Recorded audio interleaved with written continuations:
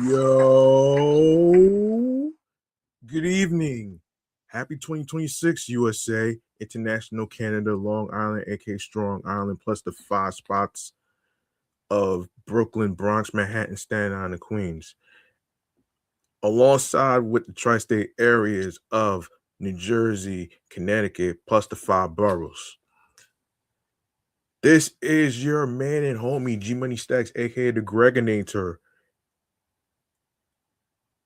Rhymes with now or later. Your host with the most, misunderstood, lonely nomad, unstoppable independent podcaster, creator, YouTuber, Queens, New York native, who is also a New York Mets fan and New York Giants fan from the neck of the woods of Laurelton, Queens, New York. You are now rocking with me by tuning in, listening, streaming, and watching the 112th episode of the Sports Edition Show. Excellent, fun, vibrant talks podcast. The platform where I talk about um anything in football news, especially the New York Giants. Got basketball news, including the New York Knicks, Brooklyn Nets, and a little bit of New York Mets news as well. All right, and I got a lineup of sports topics for you today. And of course, this includes the New York Giants finally winning a road game. Finally. It's been a long time, huh? Yeah. We all could use a little relief from a win on the road actually. And and and of course, we're live and direct from StreamYard alongside with YouTube in the comfort of my room where I do my podcast recordings and all that great stuff. Um, and and if you are new to this channel right here and you want to know how to support me, all you need to do is click on that subscribe button on the sports YouTube channel page right here. Leave a like, uh, share your thoughts in the comment section on on what you think of the sports topics in this episode and the previous episodes and the upcoming future episodes. All right. Now I know it's been very fucking brutally brick cold lately. And yesterday was like what 12 degrees. This is fucking insane, man. And then you got crazy ass people doing the polar bear plunge. I'm like, I really don't see the irony in any of this shit though, man. I don't know if that's considered a sport, but I digress though. All right. Now, if you if you didn't know, um, the Metro cards is no more. Um, the Omni cards are being sold in the subway stations alongside with Walgreens and alongside with 7-Eleven. But you might want to check. You might want to check the people who work at 7-Eleven and Walgreens and your local pharmacy if they sell Omni cards. You know what I'm saying? And of course, I did talk about the fare hikes that's going on. It's going down on my birthday, which is January 4th. And and of course, not a lot of people are thrilled about this, especially the fare hikes with the Metro North, and especially with the LARR, the buses, especially with the subway crimes going down with all these slashings and of course stabbings and there's like random individuals getting sucker punched. And that's one of the reasons why I stopped taking the subway anyway. It's because it's very, very scary out there. And if you have to go to work or anything like or any other destinations whatsoever, please make sure you bundle up by being layered up with clothes, sweaters, hoodies, gloves, winter hats, scarves, you just name it, man. Because this is only the beginning. This is only the beginning, actually, with the brutal temperatures. So yes, and I hope every single one of you out there is staying warm. All right. Now I do apologize for the hold up with the with the uh with the unexpected surprises that happened. Um I wanted to address this before I started the show right here. Um yeah, because there you go. So this is like the main first episode of 2026, in case you didn't know. Um so we got some recapping that we gotta do, a little bit of breaking news of a Japanese player that got signed to the Houston Astros. In case you don't know, I'll fill you in. And sorry about that. I'm gonna fill you in on this right here, actually. So why don't we get started with a little bit of football news first, actually, in the quick side bleacher bar segment. Let's do this.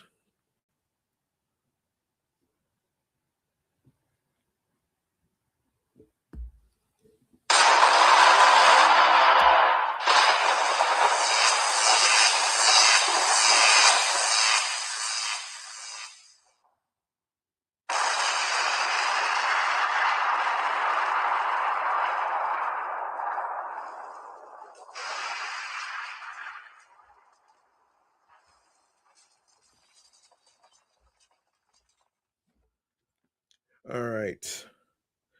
Let's start off with this. Let's start off with this. So the New York Giants finally won a road game. Finally, even though they're not in the playoffs as far as like the Super Bowl, whatever it may be. As far as like a plague of injuries. Um, but hey, I think they got one more game left, and I think they got to do some retooling with all this shit that's going on. Anyway, let's get into this right here.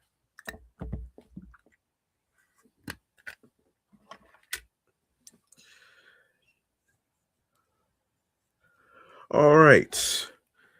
And this is according to the folks from Sports Illustrated.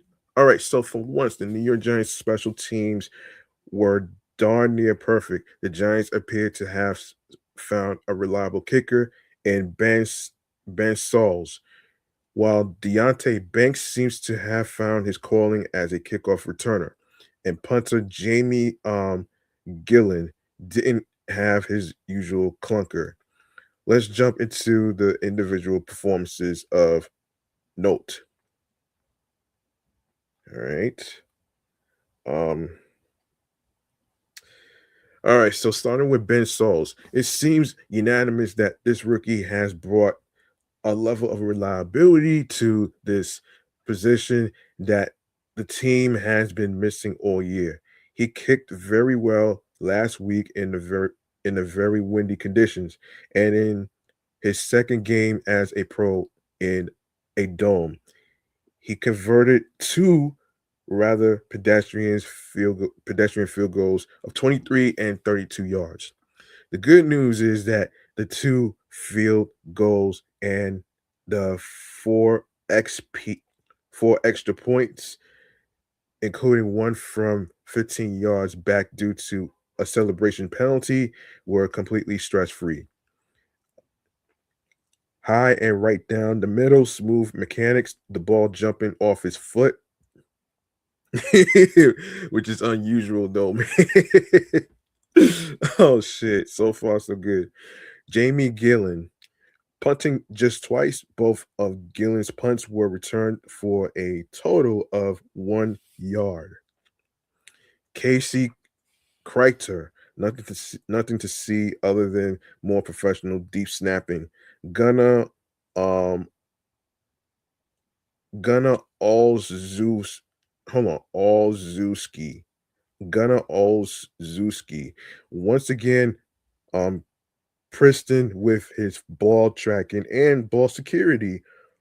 All Zewski returned 2 punts for a total of 18 north-south yards and threw an economical block on the 95-yard touchdown returned by his partner, Banks. Deontay Banks, that 95-yarder by Banks really broke the Raiders back, coming after their lone touchdown of the day. Banks caught this third quarter kick with fire in his eyes. He made a great cutback to get through the first wave, then found the space to run to daylight as they draw it up in the history books. In his third season, Banks has pretty much proven that he's not starting material at corner. Still, his ability to stay healthy and available provide a top shelf size slash speed combination, and return kicks may have sewn up a spot for him on the Giants 2026 roster. Well, remains to be seen. Art Green, the return of Green to Gunner has reaped immediate rewards. On the Giants' first punt, Green absolutely annihilated a double team, and then ran down the punt returner with as resounding a hit as you would like to see. He also dominated in his other gunner play. In fact, Green was active on every special teams unit today and was the special teams best overall player. Rico Payton manning the other gunner spot. Payton got in on the other punt coverage tackle as he's playing some solid gunner. Demetrius Flanagan fouls, more of a special teamer than an ILB. The veterans showed why with not one but two special teams tackles, one on kickoff coverage, the other on a punt. Chauncey Golston, though not your classic special teamer, Golston is 6'7". He's nevertheless never hesitates to throw his body around and into the action. He contributed again with another kickoff tackle. Javon Holland, no relations to Tom Holland, folks.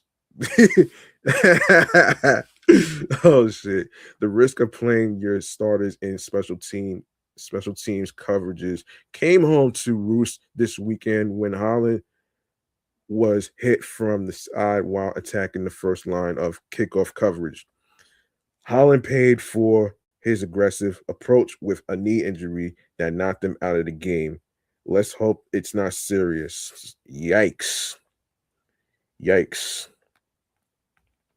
Okay, so let's go into boy.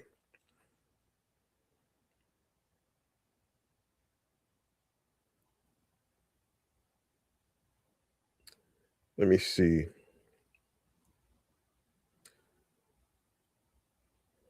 Um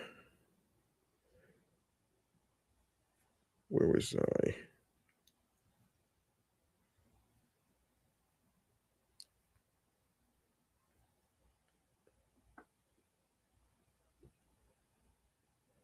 Okay, hold on. Let me take a look at the topics I have here. Let me see.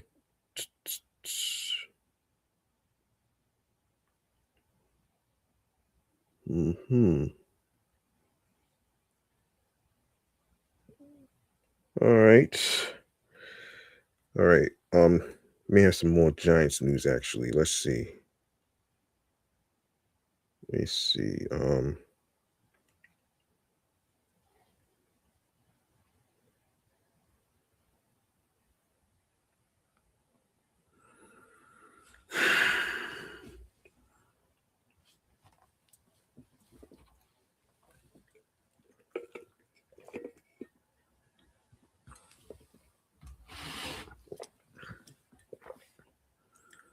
Hmm.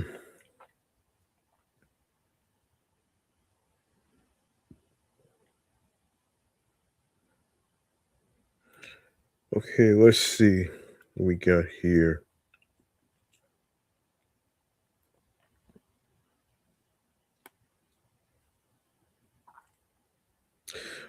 A week 17 class for all the marbles. No, we're not talking about playoff implications or division titles. We're talking about Sunday's week 17 tank ball between the New York Giants and Las Vegas Raiders.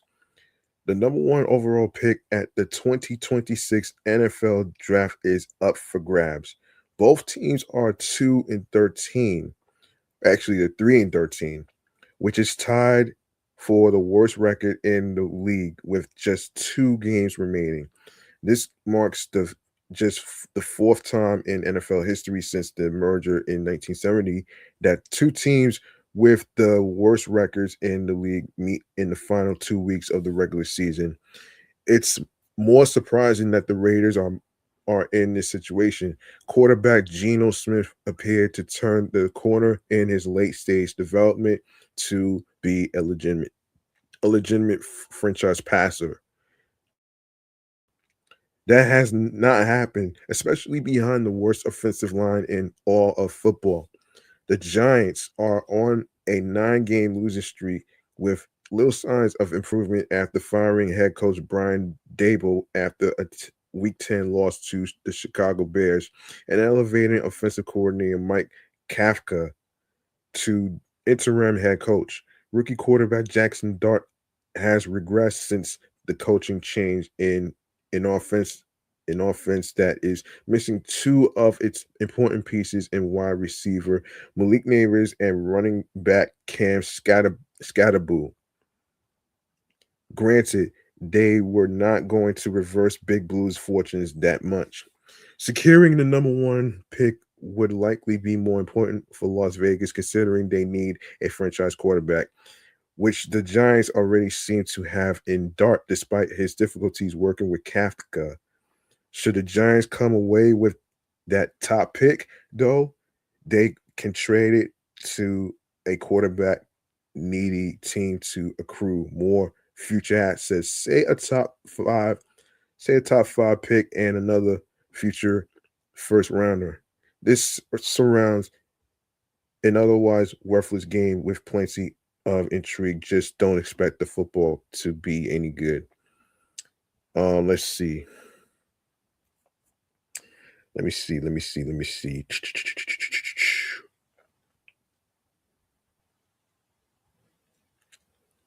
Hmm. The worst team in football will have a well-deserved representative at the 2026 Pro Bowl as New York Giants edge rusher Brian Burns was given the nod on Tuesday. Burns finished first in the fan vote at outside linebacker, meaning he will start the exhibition game. The 27-year-old has been a star-worthy constant within another miserable season, which sunk to 2-13 after a 16-13 loss to the Minnesota Vikings on Sunday at MetLife Stadium for the Giants' ninth straight loss. Burns ranked second in the NFL with 15 sacks behind only Cleveland superstar Myles Garrett, who is on the cusp of breaking Michael Strahan's single season NFL sack record. With 2 games remaining in the season, Burns currently sits in a tie for seventh for the most sacks in a single season by a Giants pass rusher. His 20 tackles for a loss have also set a career high and are the most by a Giants player since Jason Pierre-Paul in 2011. Burns has been as advertised in what was supposed to be a fearsome trio of edge rusher, the Giants edge rushers in 2025. But number 3 overall pick Abdul Carter's slow start was headlined by a pair of benchings in recent weeks. Though he has improved significantly over the past 3 games. Kayvon Thibodeau has been plagued by a shoulder injury that ultimately ended his season. Damn. Damn. He just he had just 2.5 sacks and 25 tackles. The Pro Bowl will be held during Super Bowl week for the first time as it continues its poorly received flag football format. Oh boy. Yeah. And speaking of which, let's talk a little basketball news with the Knicks. All right, so the Knicks won the NBA Cup. I'm not too familiar with this, but let's go over this. So, for the first time since 1973, the New York Knicks have won a major league sanctioned trophy, riding a dominant fourth quarter to a 124 to 113 victory over the San Antonio Spurs on Tuesday night to win the NBA Cup in Las Vegas. With the in-season tournament in just its third year of existence, the luster of this title is obviously lacking. How long will this whole thing last? If it grows in popularity, we'll look back on this in 10 to 15 years and hold it in much higher reverence. Excuse me, reverence. Answers for another day, but we still learned plenty about the Knicks, even in the vacuum that was Tuesday night. Um, this is just a stepping stone. File this one under the most obvious of statements. Teams don't start their annual missions with the headline of winning the NBA Cup. Oh shit. Um, the ultimate goal is to win the Larry O'Brien Trophy, which is still something that has eluded the Knicks for 52, going on to 53 years. Damn. What? What? 53 years? What?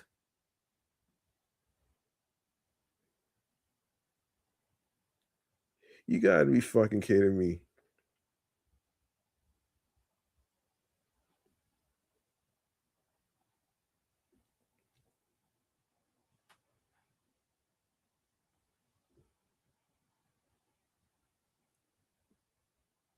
You gotta be kidding me.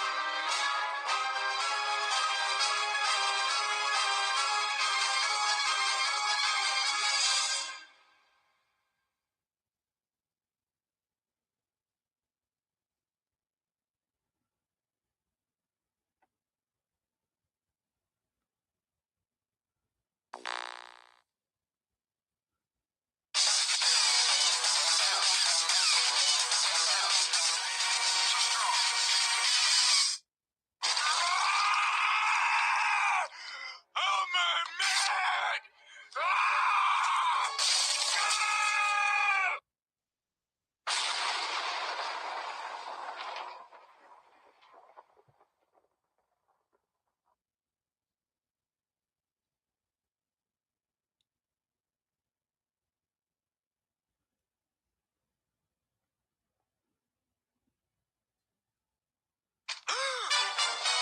Oh my god!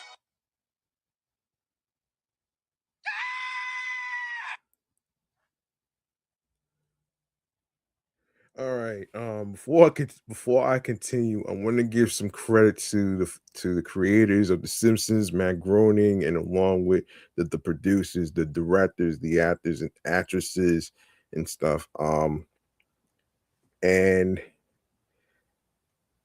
also I like to say congratulations to the cast of The Simpsons. They are about to reach their 800th episode milestone this Sunday. So yeah, make sure y'all check that out on Fox and wherever you get the chance to watch on Hulu or anywhere or any other platform that you get a chance to, even on demand, which is Spectrum as well. All right, so um all right, so but Tuesday night in a winner take all game against Victor when when Yama, and the Spurs is as good as a non-postseason dress rehearsal as New York can get. When the lights were brightest, the Knicks showed their mettle. They outscored San Antonio 35 to 19 in the fourth quarter to overturn a 5-point deficit entering the final stanza and break things open on their way.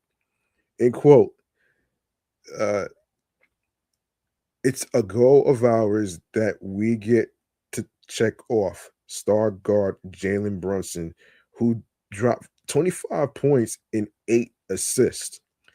It's important stepping stone. It's an important stepping stone for us. We can still learn from this game and get better as well. I'm very thankful for the opportunity presented to ourselves. We're going to enjoy this. The invaluable Mitchell Robinson. Oh shit.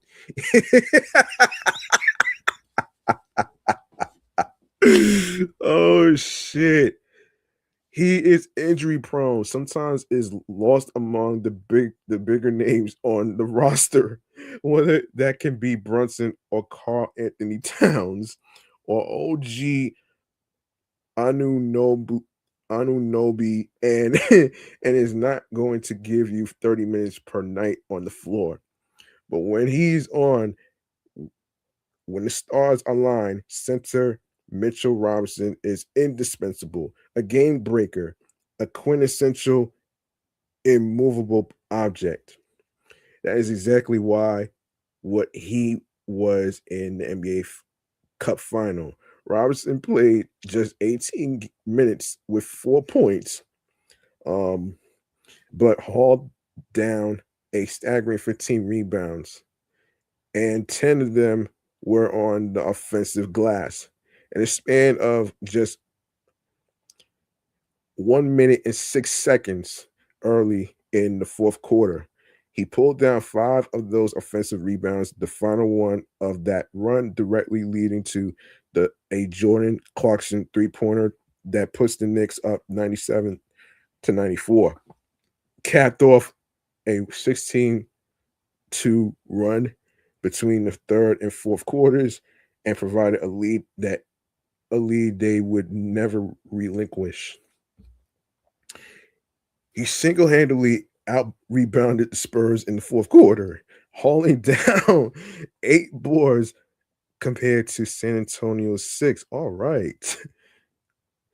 He had 10 offensive rebounds in 18 minutes. Knicks head coach Mike Brown said, That's unbelievable. We had 23 offensive rebounds for the game.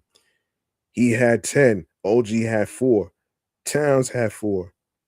That was probably the biggest difference in the game when you are scoring 32 second chance points. Depth wins titles. So, former head coach Tom Thibodeau's greatest downfall was overworking his starting five and using tight rotations that simply ran out of gas in the playoffs. Upon Brown's introduction over the summer, he preached depth, then, with the help of Leon Rose, went out and got it. Dependable rotations help contending teams sustain greatness, and the Knicks' depth helped clinch that title. The onus of the opposition's defensive game plan will always be on Bronson, and while he still racked up those 25 points, um, Anu Nobi, Anu Nobi, usually the defensive stalwart, added 28 points while shooting 50% from 3-point range. Clarkson and Tyler Kolek, the reserve guards, combined to put up 29 points, with 24 of them coming in the second half. After being outscored by the Spurs bench 37-15 in the first 3 quarters, New York's reserves returned the favor by winning the fourth quarter 18-8. Rather than leaning entirely on that starting five, which Thibodeau would have done, Brown stayed with what was working. OG Anubi. Hold on. OG. Hold on. OG Anunobi. Tyler Kolek, Jordan Clarkson, Mitchell Robinson. They played their ass off tonight. Without them, we don't win this. Okay, let's see. Let's see what we got on there. Oh, let's talk about some breaking news involving a pitcher, a Japanese pitcher who signed to the Houston Astros. All right, so this is from Sports Illustrated. Um, let's see. The Houston Astros entered the offseason with a clear priority after their first non-playoff. Let me see. Yeah, non-playoff season since 2016. Um, Injuries ravaged their rotation in 2025 with ace Framber Valdez likely departing in free agency. General manager Dana Brown needed to find quality arms. Houston addressed that need by landing one of the top international pitchers available. And here's what's happening here. So Astros signed Japanese right-hander Tatsuya Imai. The Astros have agreed to terms with Japanese right-hander Tatsuya Imai, according to John Heyman of the New York Post. The deal came just after Imai's Friday deadline to sign with a major league club or return to Japan's Seibu Lions for another season. ESPN's Jesse Rogers revealed the contract details, posting on X, which includes, in quote, Tatsuya Imai's deal with Houston is for 3 years with opt-outs every year, sources tell ESPN. When terms are announced, it'll be the largest double AV for a Japanese pitcher coming over outside of Yamamoto. Tatsuya Imai's deal with Houston is for 3 years with opt-outs. Yeah. I just read that. The 27-year-old dominated in his first NPB campaign, posting a 1.92 ERA across 163 two-third innings with 178 strikeouts and just 45 walks. His mid-90s fastball pairs with a devastating slider that generated elite whiff rates against Japanese hitters. He also throws a splitter and changeup, giving him a diverse 4-pitch arsenal. At 5'11", Imai adjusted his arm slot and mechanics to compensate for his lack of size. The changes have paid off as his command has improved dramatically over recent seasons. Several teams pursued him, including the Cubs, Mets, Phillies, and Yankees, but Houston's willingness to offer opt-out flexibility likely sealed the deal. What Houston gains in Imai, you ask? Imai projects as a a mid rotation starter capable of eating innings and striking out batters. His 27.8% strikeout rate led all qualified MPB pitchers since the start of 2024. Showing legitimate swing and miss stuff, the command concerns that define his early career have faded as his walk rate dropped from 5.1 per 9 innings in 2022 to 2.5 last season. The 3-year deal with annual opt-outs creates flexibility for both sides. Imai can return to free agency quickly if he proves himself, while the Astros avoid a lengthy commitment if the transition to MLB proves difficult. It's a smart structure for a pitcher making the jump from Japan. Houston desperately needs rotation help after only Framber Valdez and Hunter Brown made more than 14 starts in 2025.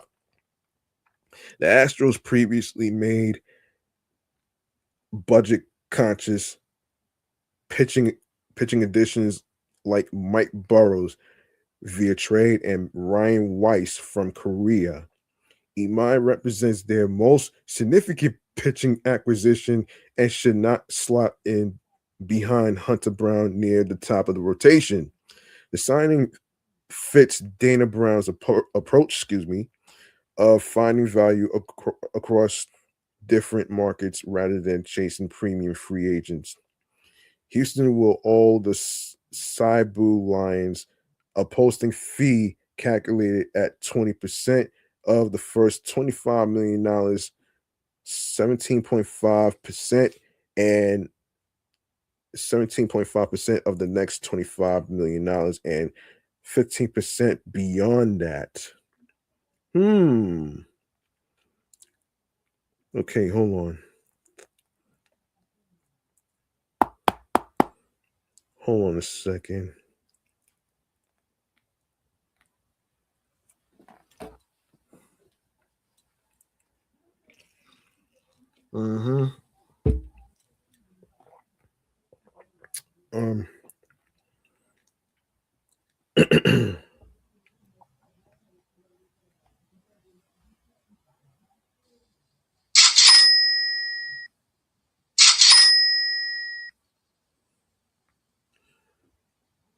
Okay, hold on. Hold on, let me see what else.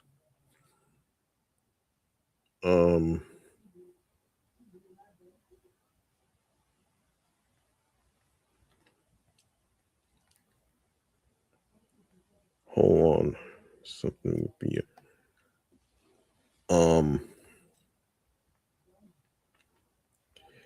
the Astros clearly believe Imai's upside justifies the total cost as they attempt to bounce back from their disappointing 2025 campaign and return to October baseball.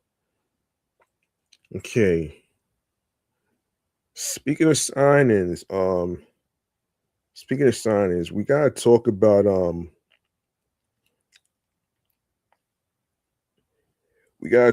the Jorge Polanco. Hold on. Before we even get to the Jorge Polanco thing, man, I forgot about the fucking rumor involving Luis Robert Jr., which is not gonna happen, man. Let's clear this rumor up real quick though, man.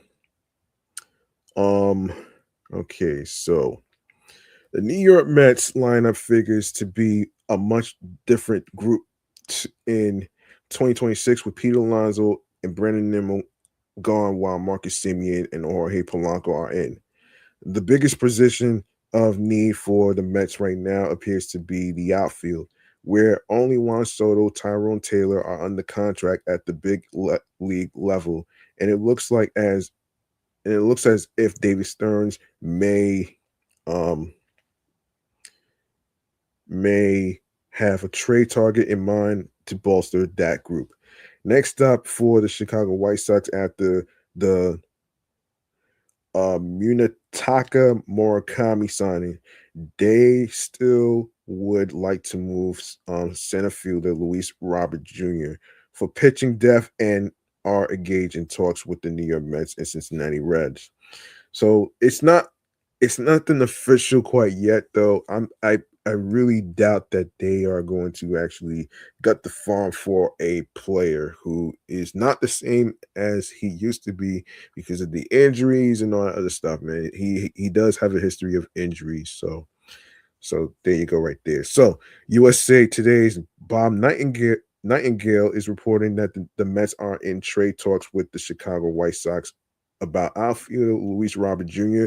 The White Sox added to their offense earlier in the day by signing Japanese infielder Munetaka Murakami to a 2-year deal, which could give them the flexibility to shop Robert to improve other areas of their team, including their pitching.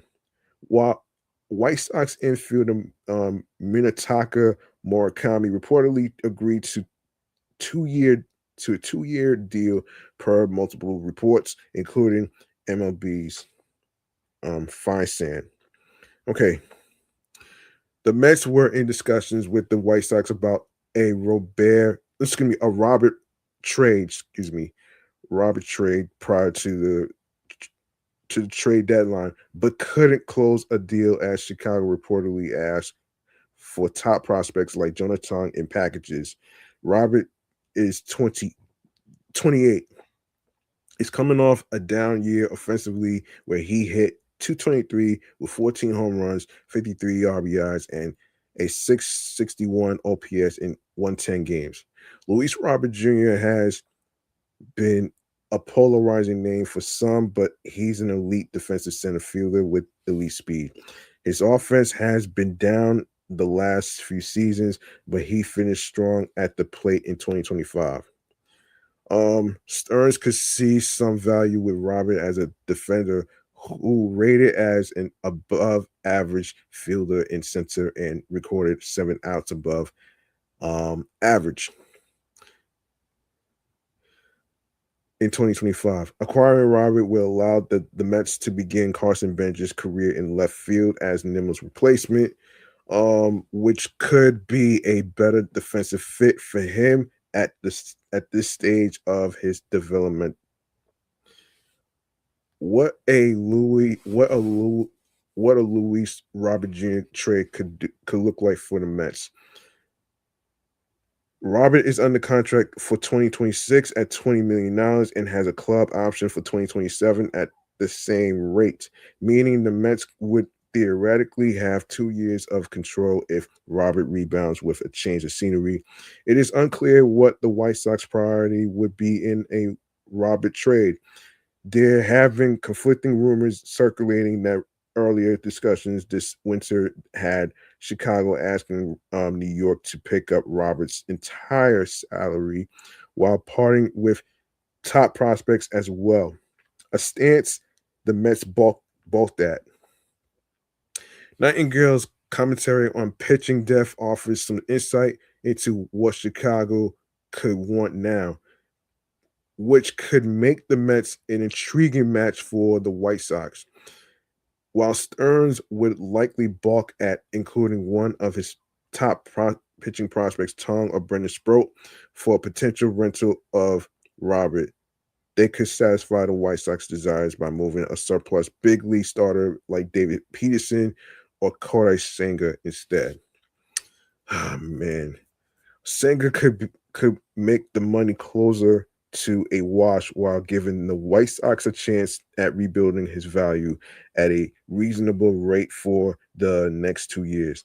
Peterson is in his walk year, but has been more consistent of late than Senga, especially in terms of durability, which could help the White Sox improve their pitching depth in that sense for 2026, while giving them a chip they could flip at the deadline for more pieces.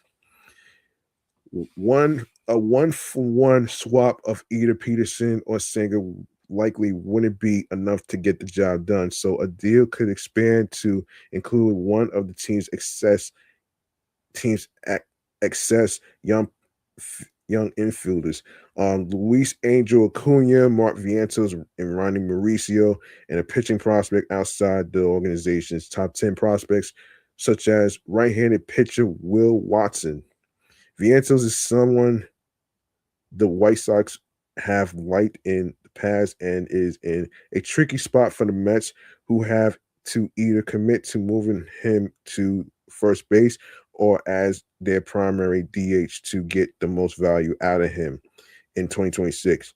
The minor leagues are no longer a consideration since Vientos is out of options, meaning the Mets really need to either play Vientos every day or trade him to maximize his value. A theoretical package of Senga or Peterson, Vientos, and Watson may be something Stearns pitches to Chicago to buy low on Robert while offering Chicago some salary relief. It remains to be seen if an offer would satisfy the White Sox, who are also talking to Cincinnati Reds, among others, about potential Robert deals. So if it's not official, that means it's not. If it's not official, then it's not a legitimate decision.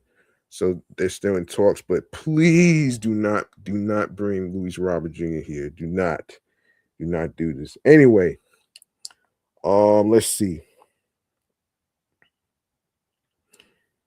Yeah, another trade rumor after the Jorge Polanco signing. Let's see. Okay, so you will have to excuse Mets fans if they have not stopped sharpening their pitchforks and lighting their torches after David Stearns went out and signed infielder Jorge Polanco to a 2-year, $40 million deal on Saturday.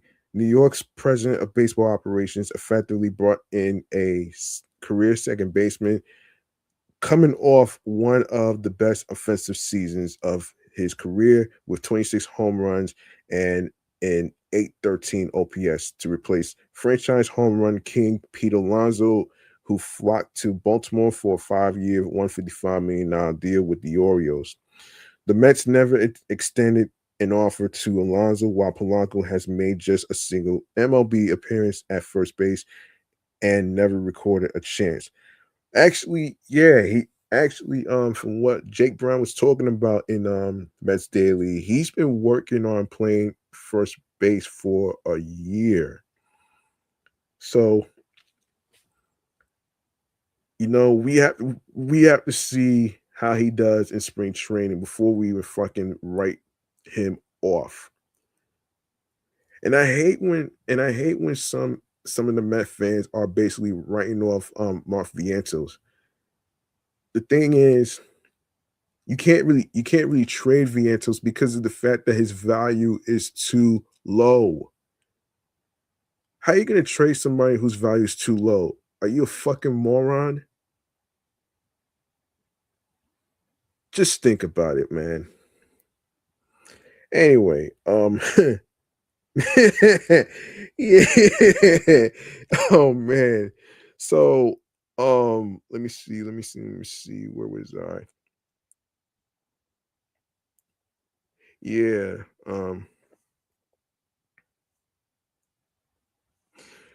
That does not jive with Stern's philosophy of improving team defense. Maybe they see something that not many others do with Polanco's defense. Perhaps preaching run prevention is just selective, so he could jettison a few players out of town. Look, man, can we stop saying that it's a rebuild? It's a retool. It's a fucking retool, man. Listen, listen, man. You know the person who is part of the core that's still here is Francisco Lindor. So basically, you're not really rebuilding. You're basically adding players around Lindor. So basically, it's a retool. All right, it's a fucking retool. So there you go, man. Anyway, let me see, where was I? Um, yeah, the exodus out of Queens has been substantial, and it certainly has done nothing to improve the idea that the Mets are a legitimate contending team. After Brendan Nimmo, who had been in the organization since 2011, was shipped to the Texas Rangers for second baseman Marcus Semien, who's 35, by the way. Let me just stress how old he is, man. He's fucking 35, and Jorge Polanco is the same age as Brendan Nimmo. Rumors continue to fly that he was unhappy at the prospect of Francisco Lindor becoming team captain.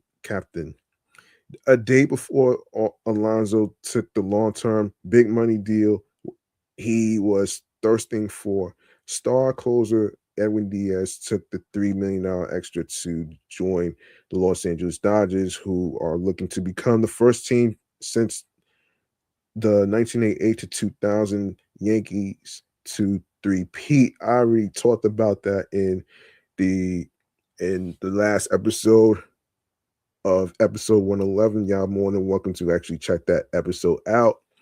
And by the way, if you missed episodes 104, 105, 106, 107, 108, 109, 110, and 111, it's already uploaded to the YouTube channel page and stream platforms. So make sure you check those episodes out and comment, like, and subscribe. All right, so there you go, right there. Yeah, this is as close to a team slate as Stearns will get while running a team that still has an estimated established foundation, whether that be Juan Soto or Francisco Lindor.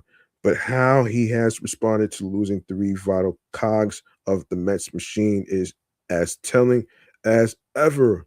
He will not simply go out and throw money at the largest free agents until proven otherwise.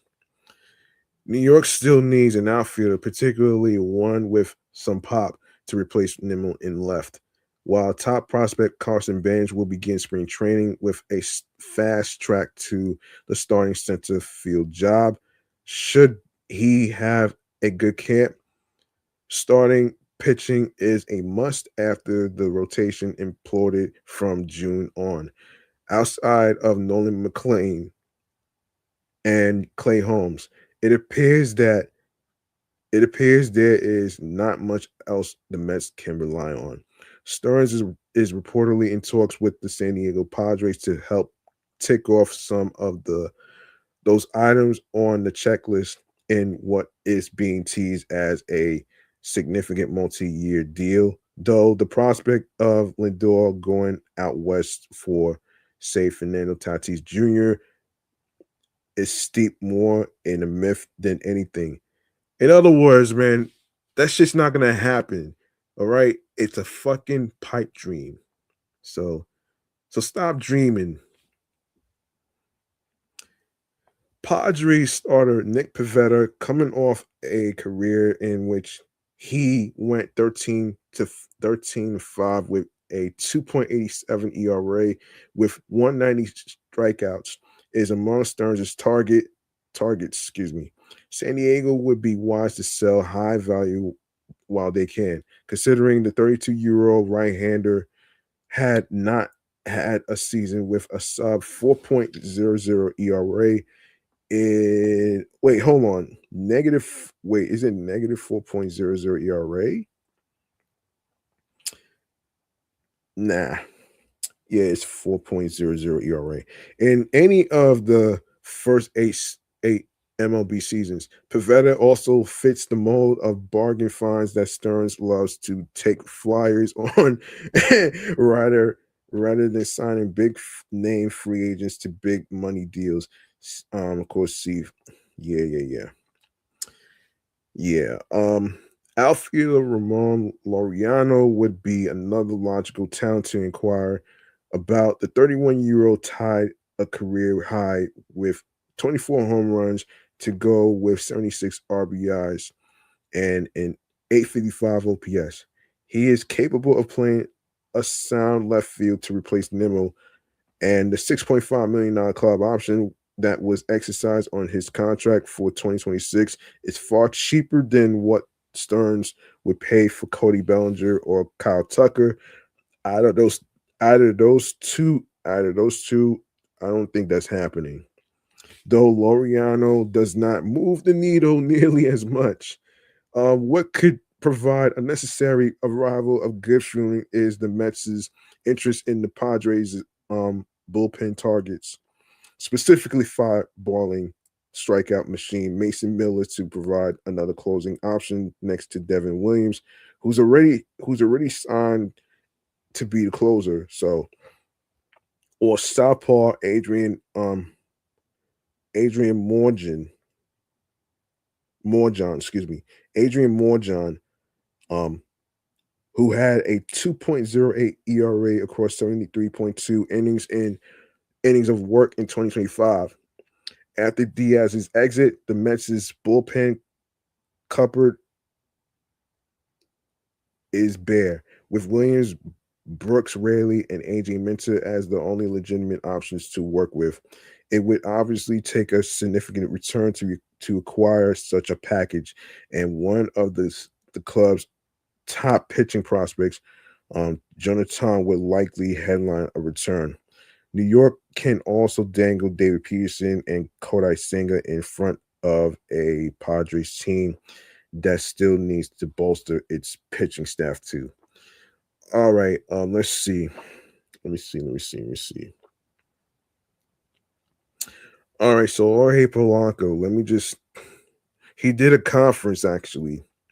He did a conference actually. So let's see. So Jorge Polanco has made just a single appearance at first base during his 12-year major league career and has yet to record a chance. Yet, when asked during his introductory press conference on Monday afternoon if he believes he is the New York Mets everyday first baseman, the veteran middle infielder said, "I would think so."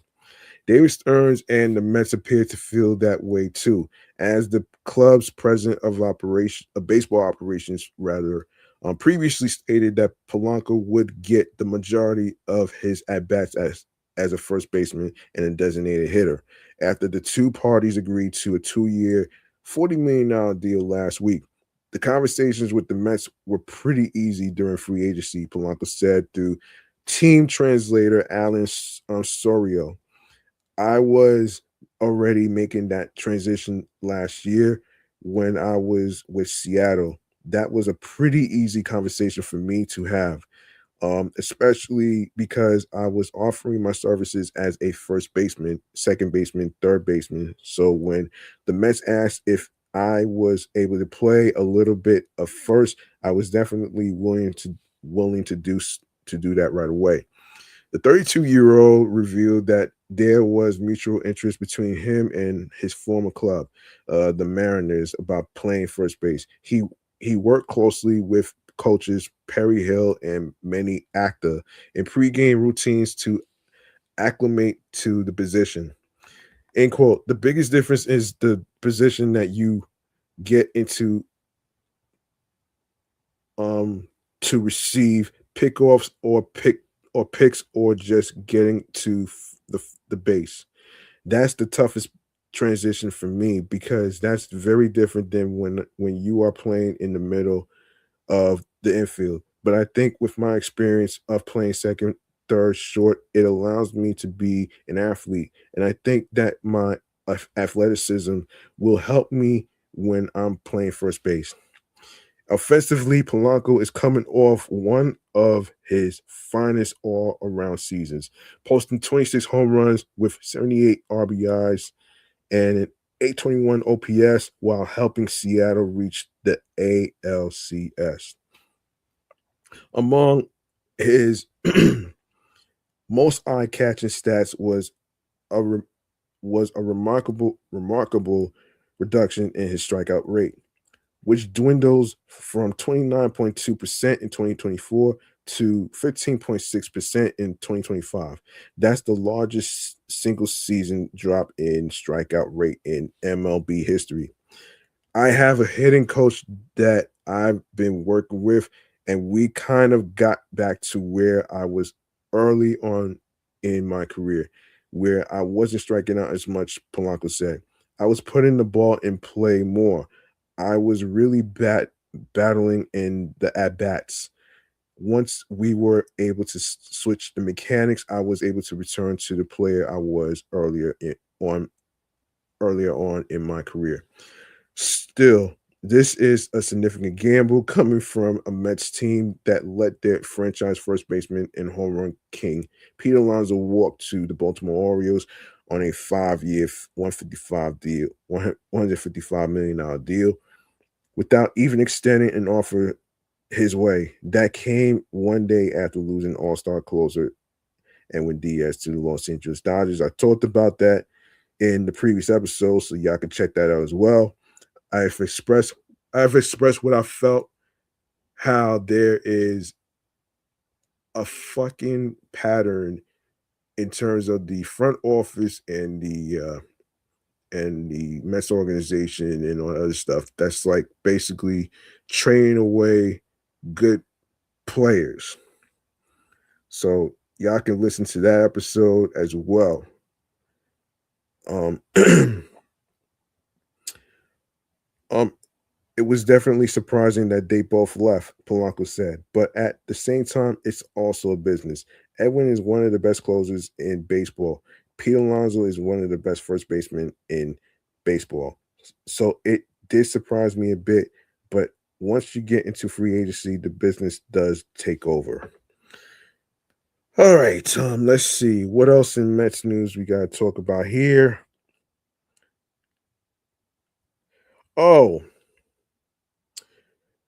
Oh, I hold on a second here. Hold on one second.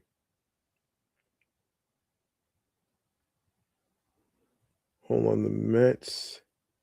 Also,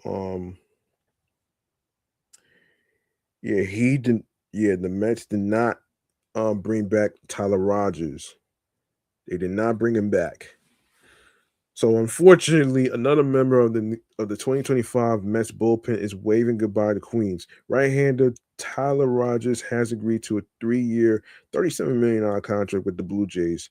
The Post's John Heyman confirmed Friday night. Heyman reported Thursday that the Mets were interested in bringing back the Submariner, but his market in free agency was robust.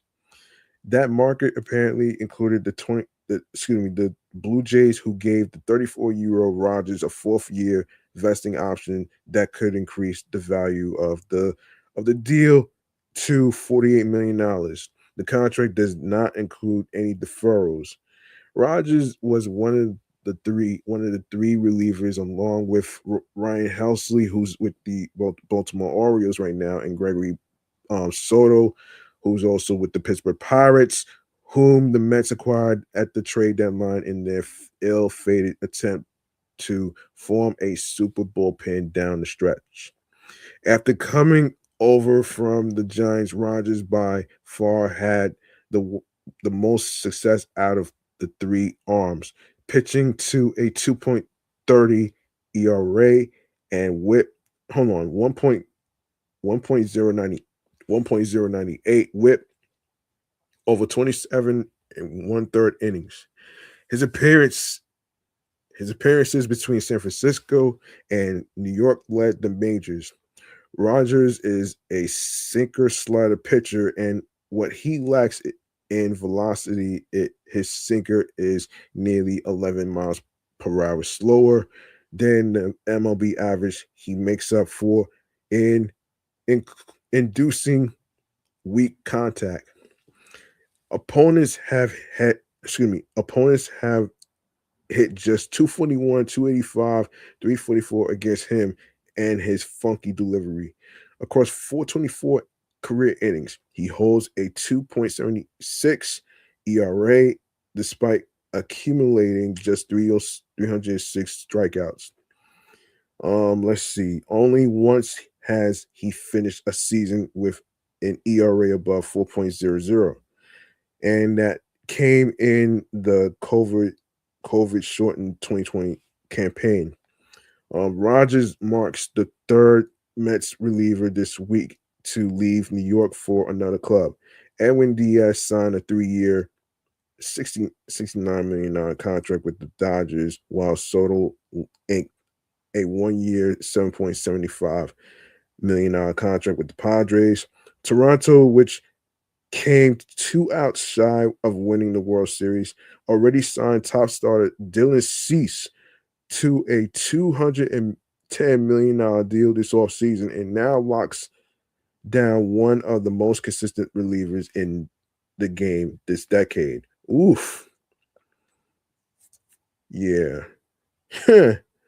Dylan Cease. Okay, let's see. That's interesting.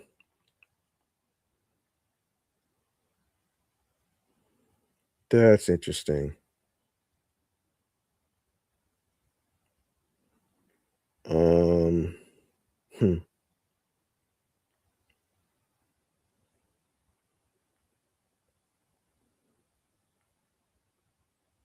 Yeah.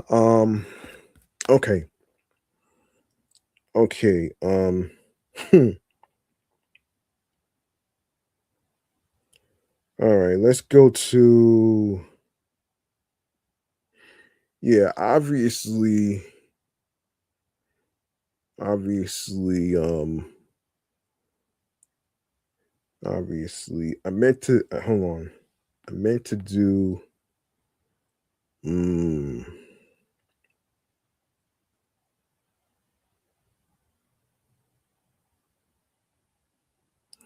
okay. Let me see.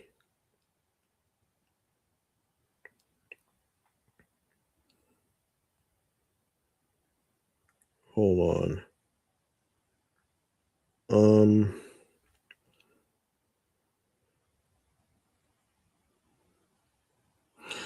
Yeah, I forgot to talk about this one actually. Let me see. I forgot to run this back actually. All right. All right. So, the Brooklyn Nets are bringing back their famous Notorious B.I.G. inspired uniforms, and the team will pay homage to Biggie Smalls all season with more than just jerseys.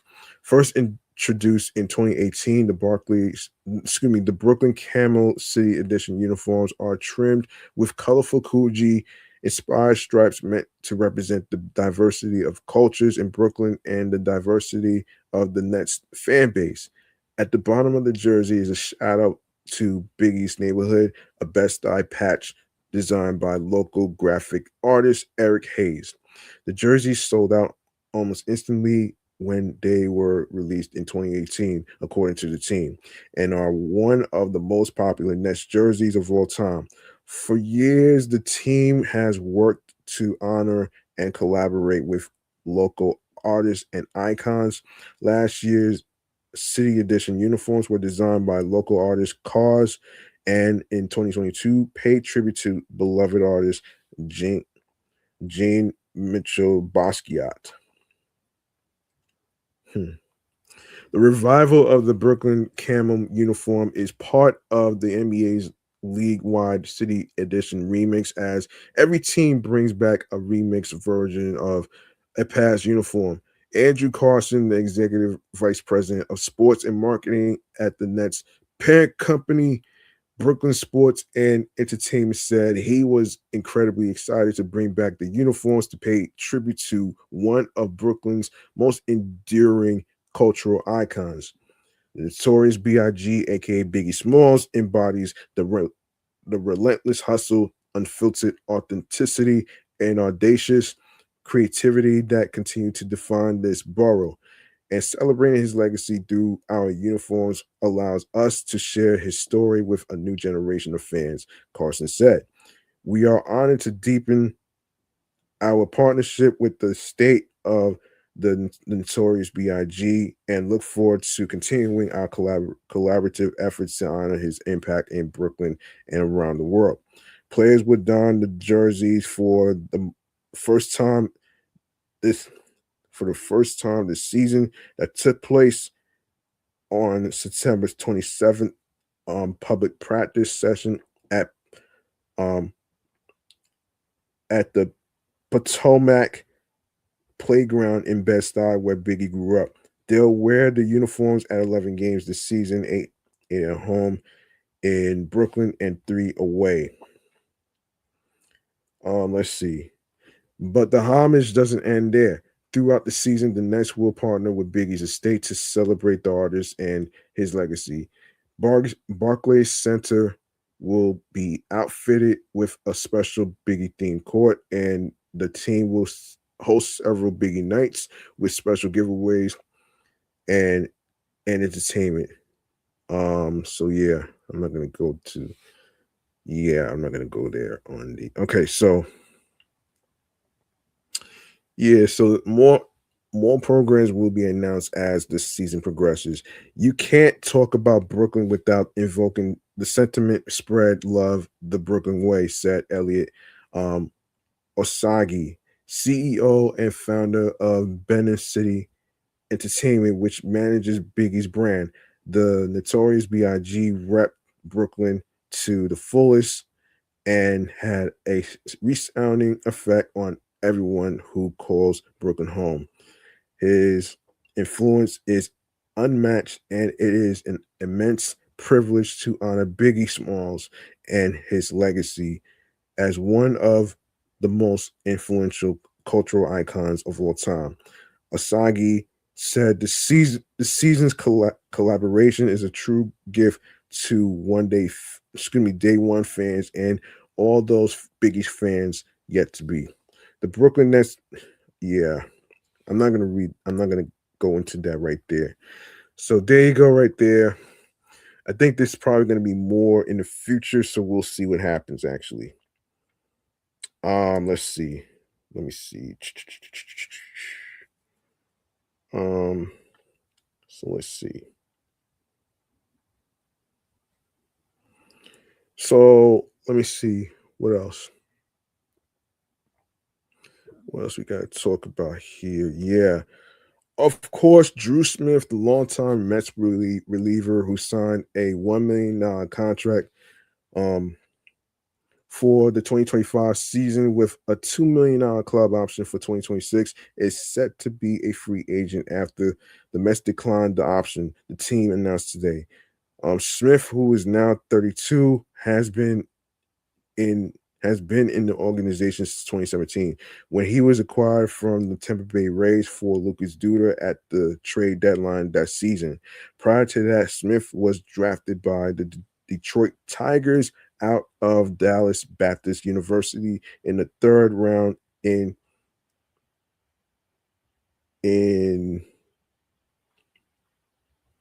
round hold on. Was it 2017? 2017, two. It says 201. It might be an error. Yeah, it's supposed to say 2017. Anyway, and was traded to the Rays earlier in the 2017 season for Mickey Matuk. Matuk.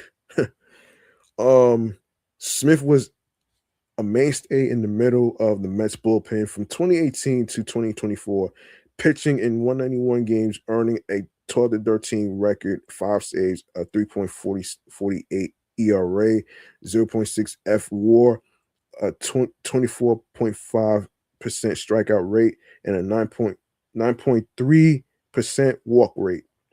In July of 2024, he underwent Tommy John surgery, which cost him the rest of his 2024 season and all of his 2025 season. A free agent after the 2024 campaign season, the Mets gave him the 1 year $1 million contract with the $2 million option for 2026, so they can keep an eye on his rehab and see where his elbow was after the season. Yeah.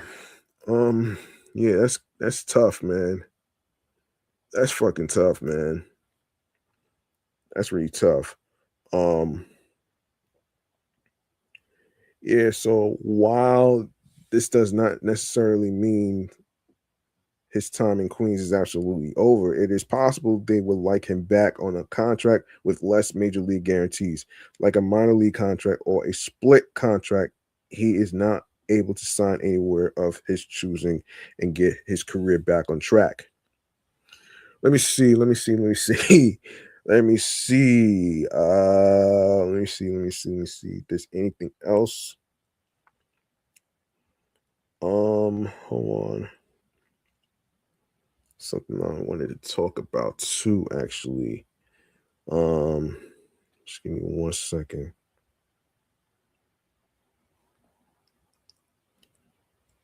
Hold on.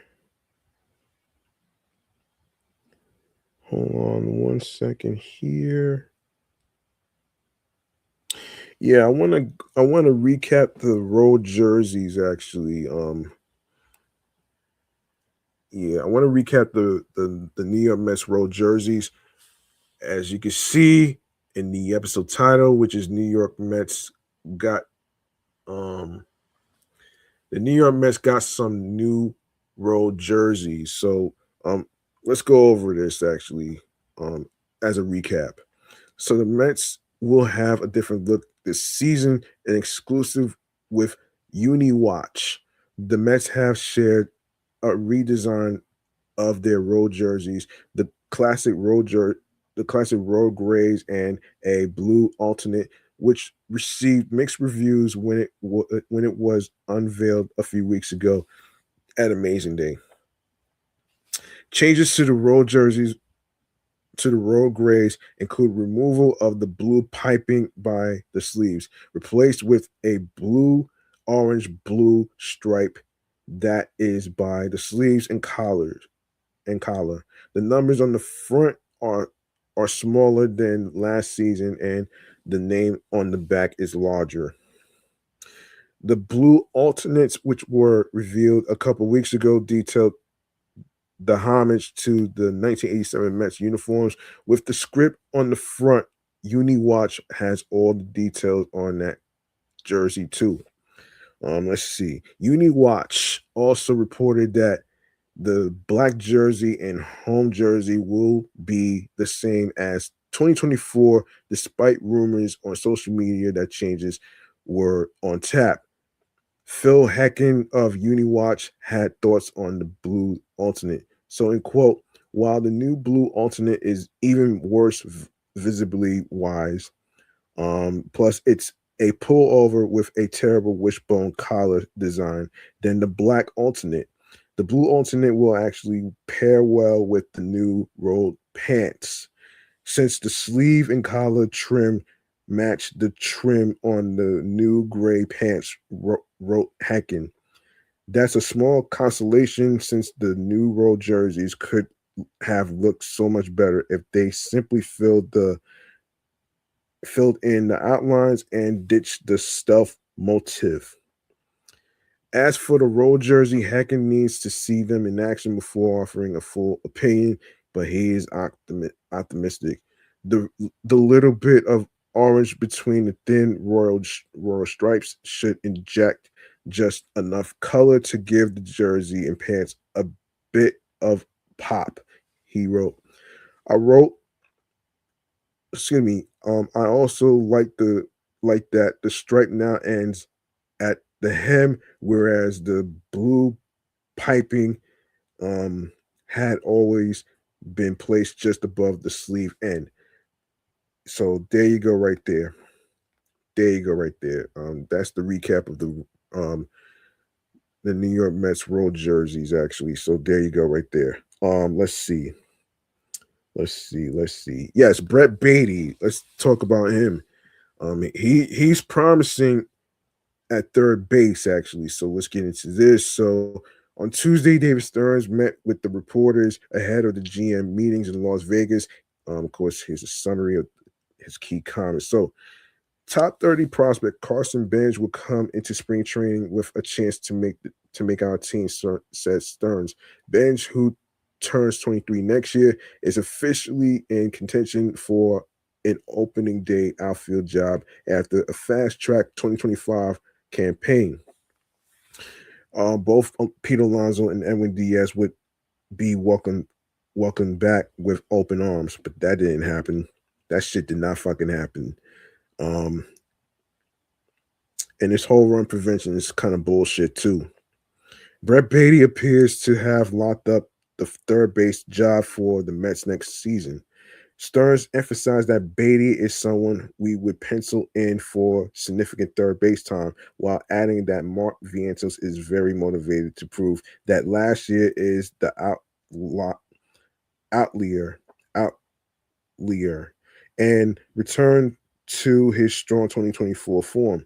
Juan Soto will not see extensive time at designated hitter in 2026. That's not going to happen because he's only 27 years old. There's no way. There's no way. There's no way in the fucking hell. You know good and hell and well that Juan Soto is the youngest player that's never going to be a fucking designated hitter. Come on now. In your fucking dreams, man. Corey Singer would not pitch out the bullpen. So there you go, right there. What the hell? Are you serious? Yeah. So there you go, right there. All right. So there you go, right there. Let me see. If there's anything else? So yeah. So it seems like that's locked in. Yeah, that's locked in though, man. So yeah. So let's get it. Let's go to. Let me see. Let's go into Chris Suero. All right, let's go into Chris Suero real quick, actually. So Mets prospect Chris Suero hit an opposite field blast for his third home run in 7 Arizona Fall League games Thursday in the Scottsdale Scorpions 12-3 victory over the Peoria um Javelinas. Oh man, he went 2 for 4 with a walk, 2 runs scored, and 2 stolen bases. Suero ranked the number 14 prospect on our most recent double M list, double MO list. Excuse me. That's mesmerized online list. Is 8 for 29 with a 964 OPS and 4 steals in the AFL. The 21-year-old who can play catcher, left field, and first base hit 233, 379, 407 with 16 homers and 35 steals this year in 115 games combined at High A Brooklyn and Double A Binghamton. He was batting leadoff and playing left on Thursday. That's pretty impressive, actually, man. So you got Jacob Reimer, who could also play left field. You also got Chris Suero, who could also play left field. He's playing multiple positions. So you got Jacob Reimer, who could play third base, first base, and left field. And then Chris Suero is the catcher, left field, and first base. So that's interesting. That's an interesting versatility we got here. Let's see. In his first AFL action, right-handed pitcher um, Jordan Gerber gave up 2 earned runs on 3 hits and struck out 2 in 1 inning. Gerber age 26, was excellent at Binghamton this year. 235 ERA, 21 strikeouts in 23 innings before struggling at AAA Syracuse. 8.03 ERA, 11 strikeouts in 12 and one third innings. Right-handed pitcher Austin Trosser threw a scoreless inning in relief with a strikeout and a walk. He's given up 2 runs in 4 and 2 innings with 4 strikeouts in the AFL. The 2023 fourth-round pick from the University of Missouri pitched to a 4.80 ERA in 15 innings for Brooklyn this year. So there you go right there. Let me see if there's anything else. There's anything else actually.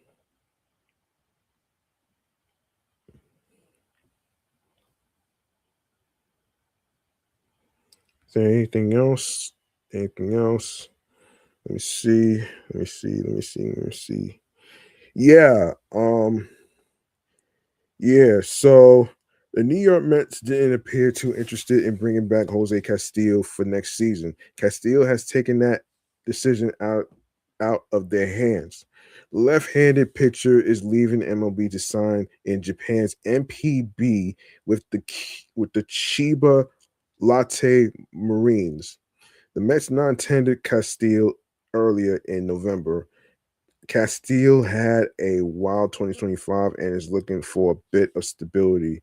In 2025, he pitched for the Arizona Diamondbacks, the Seattle Mariners, the Baltimore Orioles, and the Mets. Castillo did do a solid job. He had a 3.94 ERA in 32 innings pitched. Amazingly, Castillo was with the Mets on 3 different occasions. Before this season, Castillo has pitched for the Padres in 4 other MLB campaigns. He has also missed time in the past with Tommy John surgery. Castillo has a 4.11 ERA in his MLB career and should be effective in Japan. He may get a chance to come back stateside eventually, but for now, he'll see what he can do in Japan. Yeah.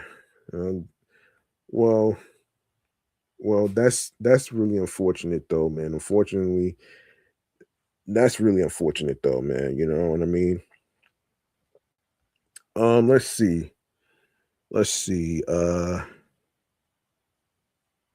Yeah, so hold on a second. Let me just make sure I got this right.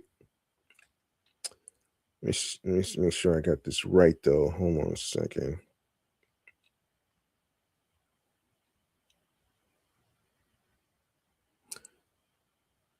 Yeah, let me see.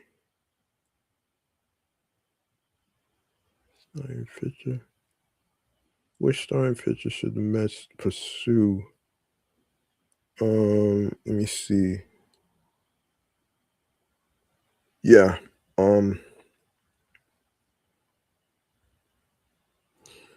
So okay. So the New York Mets have added some experienced bullpen depth. On Wednesday afternoon, John Heyman of the New York Post reported that veteran right-hander Mike Baumman signed with the Mets. It is a minor league deal, though the terms have not been disclosed. Have not yet been disclosed. Okay.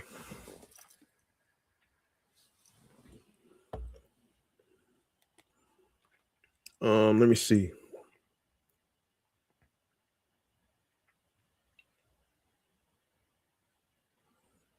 Let me see.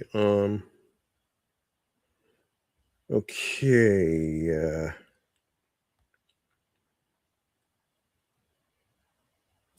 So Ballman, age 30, spent the 2025 season in Japan with the Tokyo Yakult Swallows.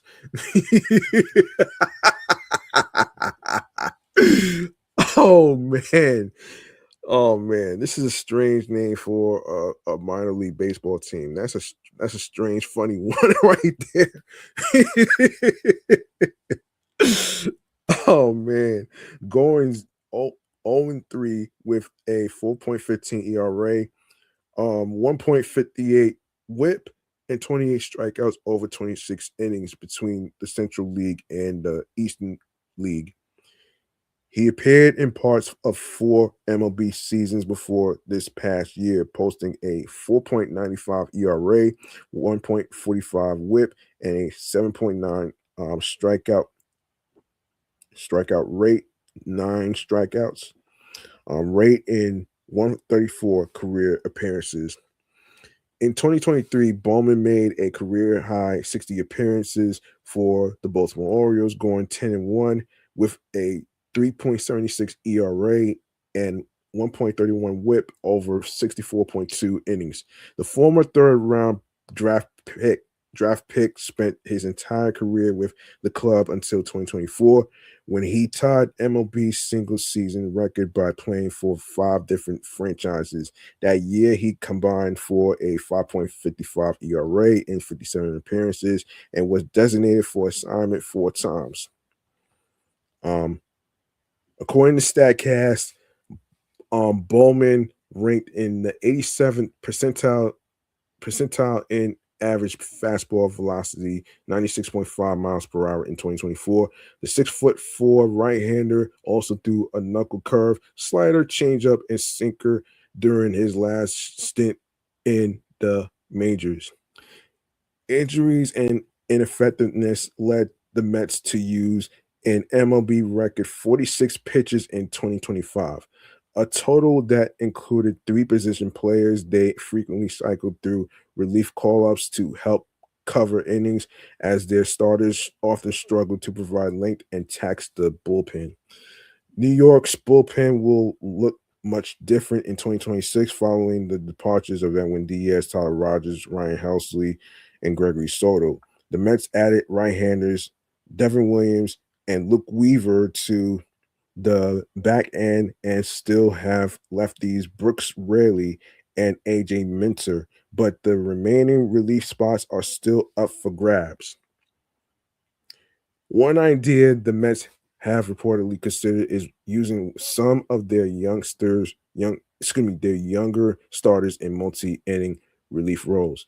New York currently has an abundance of rotation depth, making this in the short term the clearest path for someone like Brandon Sproat to help the big league club. Additional relief depth includes Joey Gerber, who was acquired from the Tampa Bay Rays in November, prospect Dylan Ross, and veterans Richard Lovelady and Huascar Brazaban. Bowman will likely have an opportunity to compete with those arms for a roster spot in spring training. Okay, let's see what else we have to talk about here. Let me see if there's anything else. Um All right, there's two or three more things that I want to get to. I want to get to Ji Hwan Bae. Hang on a second. Let me see if I can find this topic here. Let me see.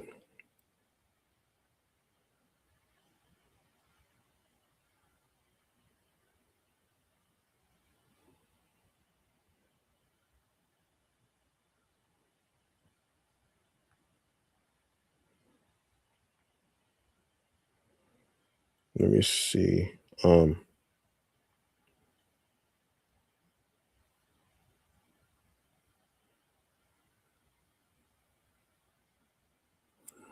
all right, so what is it? And this is according to Sporting News. The New York Mets had an open spot for the 40-man roster and have decided to make use of it. And this took place Thursday. On Thursday, they claimed Ji Hwan Bae off waivers from the Pittsburgh Pirates, who had designated him for assignment last week. The move was reported by MLB.com's Anthony DiComo. Bay is a 26-year-old outfielder who has experience playing second base. In 2025, Bay played in just 13 games for the Pirates and was 1 for 20 at the plate. He did have an 805 OPS at AAA this season. Bay has appeared in parts of 4 MLB seasons for the Pirates. He saw his most time in 2023, appearing in 111 games and batting 231 with 17 doubles, two triples, two homers, and 24 stolen bases. His he his career his career is 220 is 223 hit. He's a 223 hitter at the MLB level with just a 586 OPS. Bay is from Daegu, South Korea. He signed with the Atlanta Braves in 2017 before their international signing rules violation led to his release into free agency.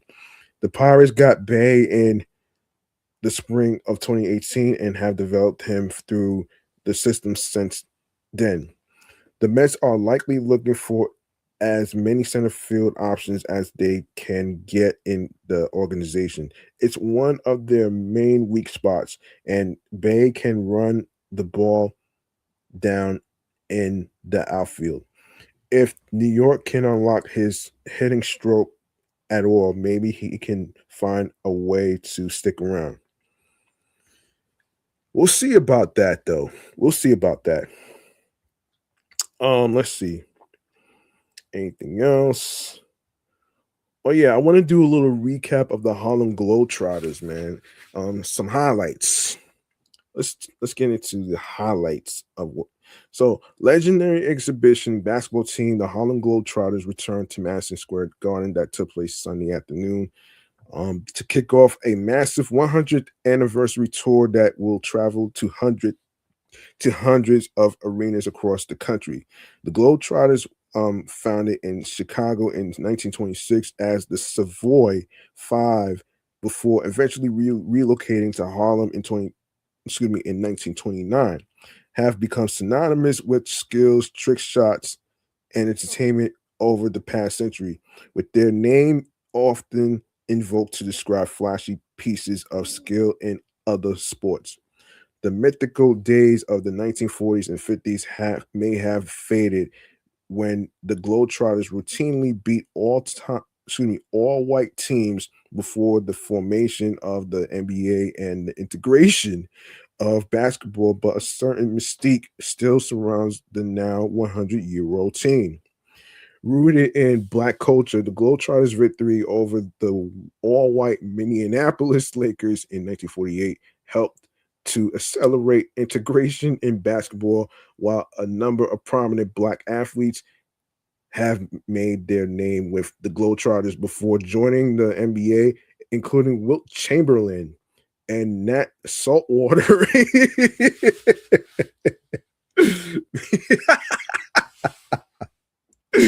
Saltwater. Oh man. Oh shit. Yeah, Saltwater Clifton, who became the first black player to sign an NBA contract when he joined the New York Knicks in 1950. Keith Dawkins, president of the Harlem Globetrotters, said the team provided an opportunity for black athletes at a time when they didn't have an outlet to play professionally. End quote. We got the best of the best talent out of the black community in the 30s, 40s, and 50s, Dawkins said.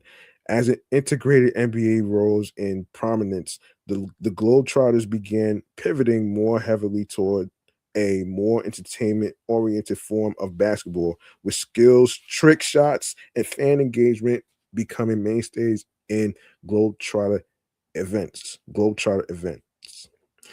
All right, so the team has played over 26,000 exhibition games as it prepares for its 100th birthday, the majority of which coming against the Washington Generals, created in the 1950s to become the Globetrotters' primary opponents. Let's see. Let me just make sure. All right.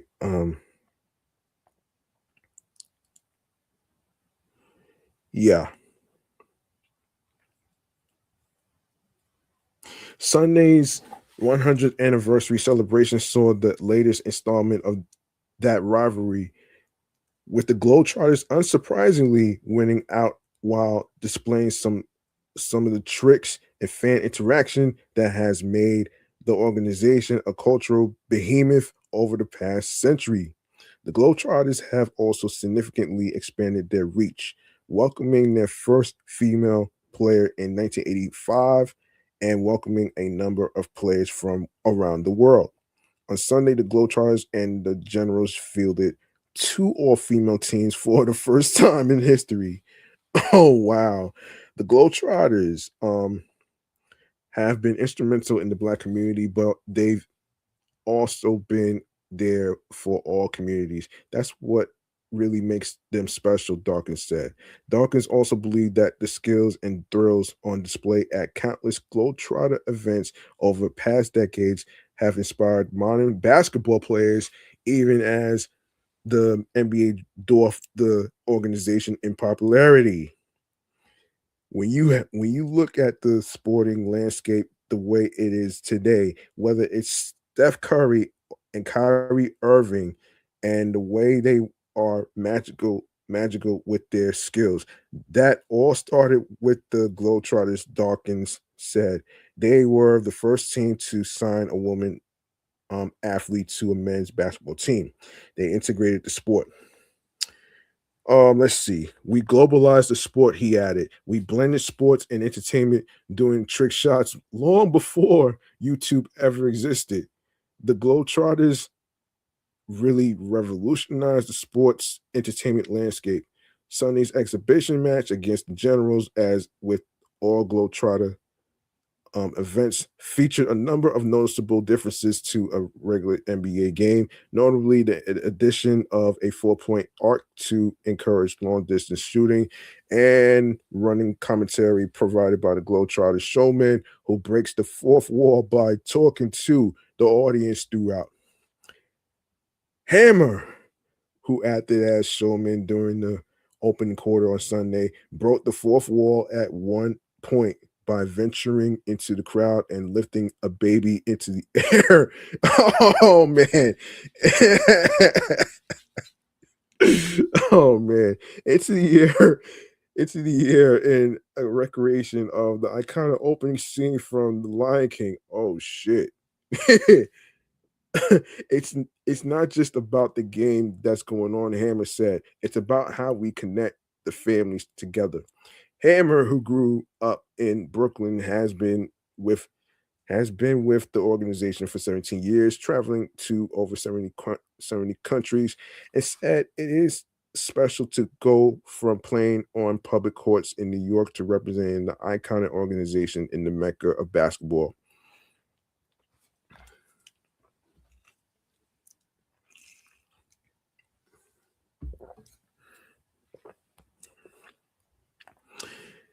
I remember playing a lot of street basketball out there in the parks, just wishing one day I'd have a platform like this to be out there, excuse me, to be out here and represent the people that came before me, Hammer said ahead of Sunday's event.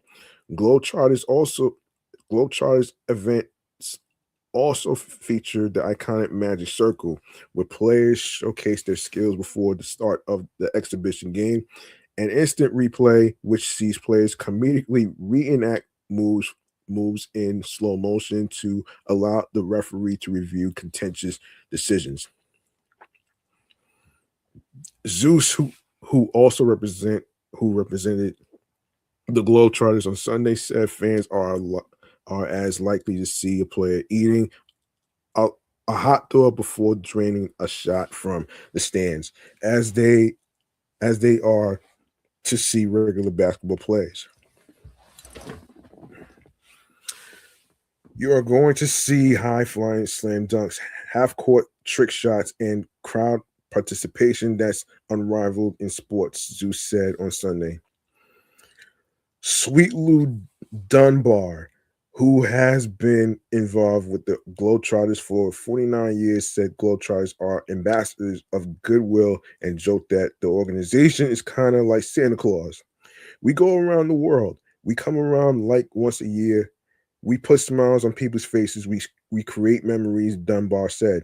Dunbar's son, Sweet Lou II, has been playing with the Globetrotters for the past 9 years and said it is amazing to follow in his father's footsteps, especially at a time when the organization is celebrating 100 years. It's history. Not many organizations can say that they've been around for 100 years, Sweet Lou II said.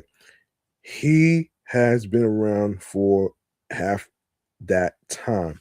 Yeah, yeah. So congratulations to the Harlem Globetrotters for celebrating a 100-year anniversary, especially at Madison Square Garden with and and and the amount of success that this organization represents. So congratulations to the Harlem Globetrotters. Um yeah, so yeah, I want to make some noise actually. Hold on, let me find. Yeah, I want to make some noise for the Harlem Globetrotters um before I continue.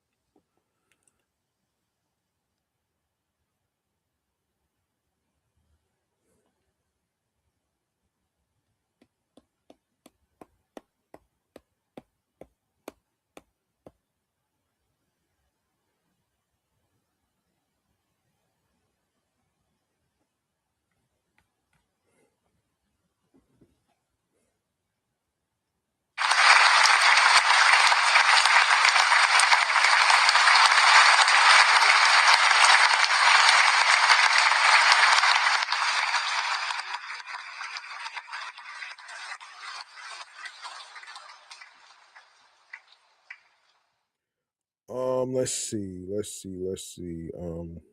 me see. Okay. All right, so let's do two more topics here. Let's do two more topics and then I'll wrap up here. Okay. There's two more topics I want to do actually. And yeah, one in particular. Yes, here we go. Here we go.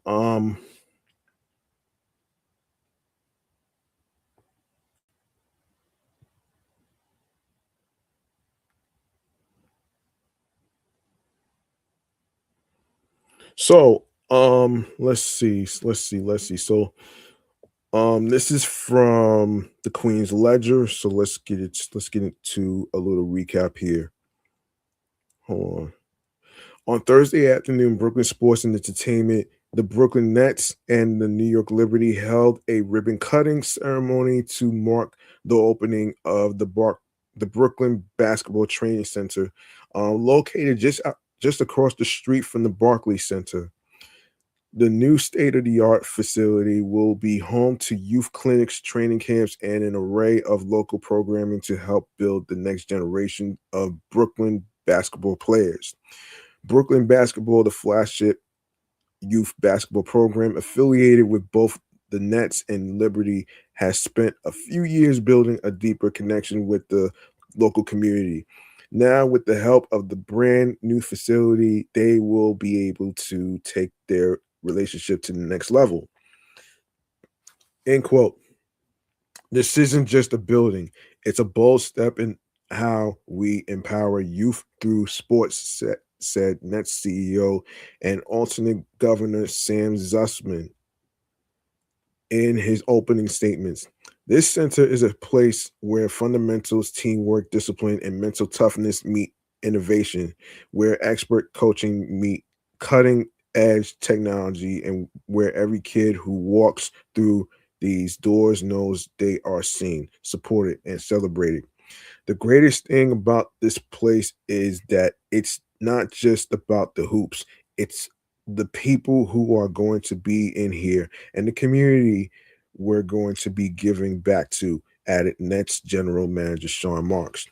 Liberty stars Breonna Stewart, Natasha Cloud, and Isabella Harrison were some of the first to test out the new technology, taking each other on in a passing mini game ahead of the ribbon cutting ceremony. Having this facility will show them how to reach WNBA and NBA goals. With all the technology and coaches involved in this, I think it's going to be something everyone wants to be a part of, says Stewart. I hope I can come out here to work out if I need to, she added with a laugh.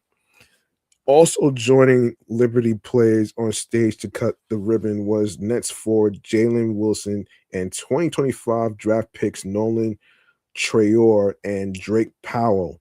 After the speeches and ceremony, the NBA and WNBA players headed over to the hardwood to help out with the center's first ever basketball clinic. Wilson helped with the jump shot form while others collected rebounds for a group of excited youngsters. It's the first of many events to come, and with the Barclays Center just a few hundred feet away, Nets and Liberty players are sure to be a mainstay at the center. Yeah, so let's make some noise for Brooklyn basketball, the New York Nets, the Brooklyn Nets and the Liberty partnering and teaming up to open this basketball training facility for the youth, and for them to have a place to actually, develop their skills. This is pretty good though, man. Awesome, excellent.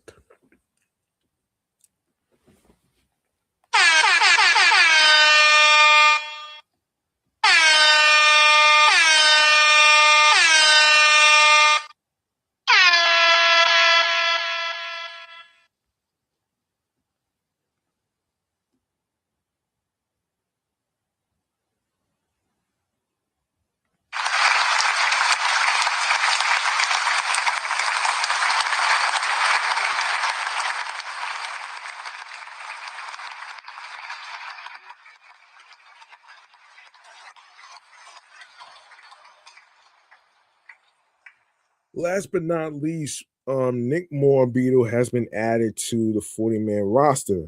So check this out. Listen to this. So the Mets will add prospect Nick Morabito to the 40-man roster ahead of Tuesday's Rule 5 draft deadline. Sources told Mesmerized Mike Mayer.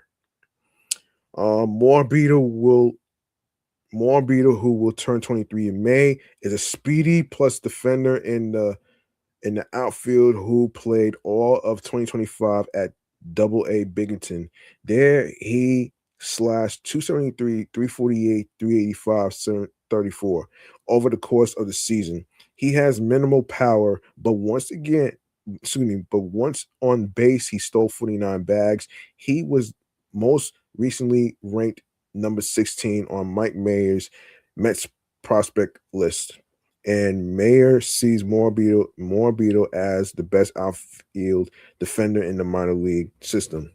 The 2022 second round draft pick followed up the decent season at Binghamton with a great showing in the Arizona Fall League, where he slashed 362, 450, 462, 464, 914 and 80 plate appearances. Morabito also stole 16 bases in 17 games, and was named an AFL Fall Star.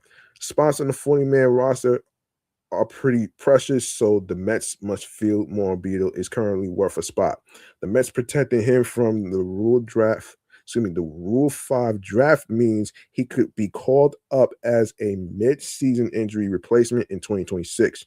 Stearns has repeatedly said he cares about run prevention and has been willing to give up some offense at the center field spot for above average defense there. Among the players likely not protected from the rule draft from the Rule 5 draft includes Douglas, right-handed pitcher Douglas Orellana, catcher Kevin Parada, right-handed pitcher Saul Garcia, second base outfielder DeAndre Smith, um, catcher Ronald Hernandez, right-handed pitcher Joanna Suarez. Yeah, that's crazy, man. That's very crazy though. You know what I'm saying? So I'll circle back on who got picked, who is being kept, and who's not going to be kept on the who's not going to be kept as far as like the Rule 5 draft. So if I hear anything, I'll actually circle back on this. So there you go.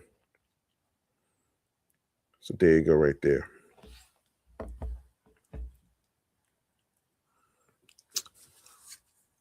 Hold on. I need to get something so I could do like a rundown of the New York Knicks' schedule and the Brooklyn Nets and the New York Giants. So let me let me go get that real quick.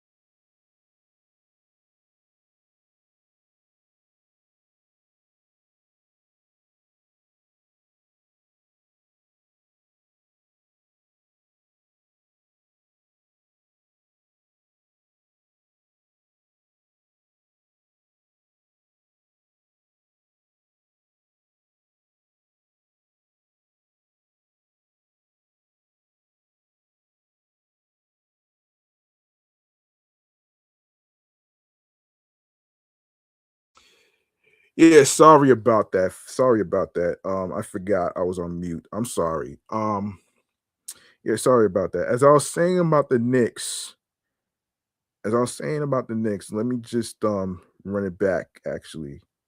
Let me run this shit back. Um okay. All right.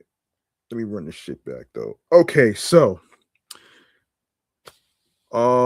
the Philadelphia 76ers versus the New York Knicks on Saturday, January the 3rd, um, which is at 7:30 p.m.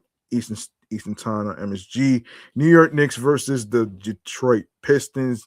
Um, that's Monday, January 5th, 7 p.m. Eastern time on Peacock. LA Clippers versus the New York Knicks, Wednesdays, January 7th, 2026, 7:30 p.m. Eastern Time on MSG. New York Knicks versus the Phoenix Suns, Friday, January the 9th, 9 p.m. Eastern Time on MSG. New York Knicks versus Portland Trailblazers, Sunday, July 11th at 6 p.m. Eastern Time on MSG. Also on MSG is the New York Knicks versus Sacramento Kings, Wednesday, January 14th, 10 p.m. on MSG. Followed by um, the New York Knicks versus Golden State Warriors, Thursday, January the 15th, 10 p.m. Eastern Time on Amazon Prime Video. Phoenix Suns versus the New York Knicks, Saturday, January the 17th, 7:30 p.m. on MSG. Um, Dallas Mavericks versus the New York Knicks, Monday, January the 19th, at 5 p.m. Eastern Time on NBC. Brooklyn Nets versus the New York Knicks, Wednesday, January the 21st, um, at 7:30 p.m. Eastern Time on MSG. Um, New York Knicks versus the Philadelphia 76ers, Saturday, January 24th at 3 p.m. Eastern Time on MSG. Sacramento Kings versus the New York Knicks, Tuesday, January 27th, East 7 at 7:30 p.m. Eastern Time on MSG, alongside with the New York Knicks versus the Toronto Raptors, Wednesday, January 28th at 7:30 p.m. Eastern Time on MSG, followed by Portland Trailblazers versus the New York Knicks, Friday, January the 30th, 7:30 p.m. on MSG. And of course, LA Lakers, LA Lakers versus the New York Knicks, Sunday, February 1st, 7 p.m. on NBC. New York Knicks versus the Washington Wizards, Tuesday, February 3rd, Eastern Time on MSG. I'll read the rest next time in the next episode, so stay tuned. All right. So, and as for the New York Giants, they play their last game. They play their last game on January 4th. The Dallas Cowboys versus the New York Giants. They play on January 4th, this Sunday coming up, which is my birthday. And it's going to be aired on Fox 5. All right. Not Saturday, January 3rd. All right. Just to make it clear. And check your local listings if you don't have Fox 5 in your local areas of whatever state you are representing. So there you go right there. And my apologies for being on mute. I was trying to get my tablet so I could give you the rundown of the New York Knicks' schedule and of course one last game of the New York Giants playing their last game because they're not in the playoffs and stuff. So most likely after that, I will try to cover more New York Knicks news and more of the New York Mets. But there's barely any new news. There's barely any news because the off season because you know the off season is very fucking slow right now, and they haven't really made any crazy splashes and stuff due to their financial craziness and stuff. So yeah, there you go, right there.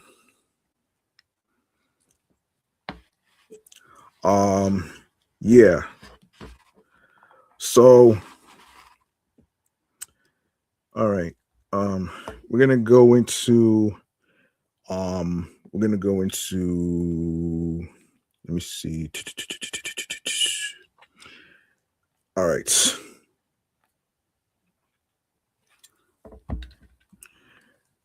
All right. Let me.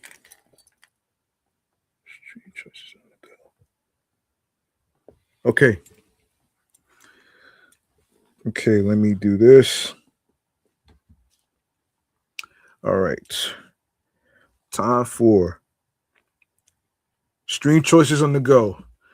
All right. Let's do this. All right. All right, folks. And many of you out there. All right, make sure you follow the sports edition show of Excellent Fun Vibrant Talks podcast on Facebook alongside with Blue Sky Social, Threads, and Instagram. The same goes for my other podcast shows that I do, which is Meticulous Rodgers podcast. Make sure you actually check out episodes 148, 149, and 150.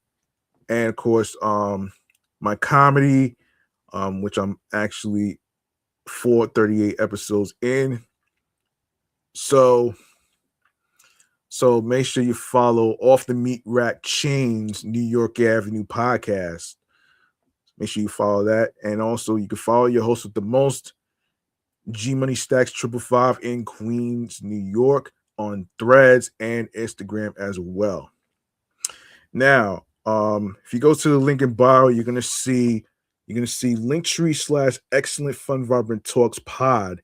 I have it in the episode description already in case you don't know about it.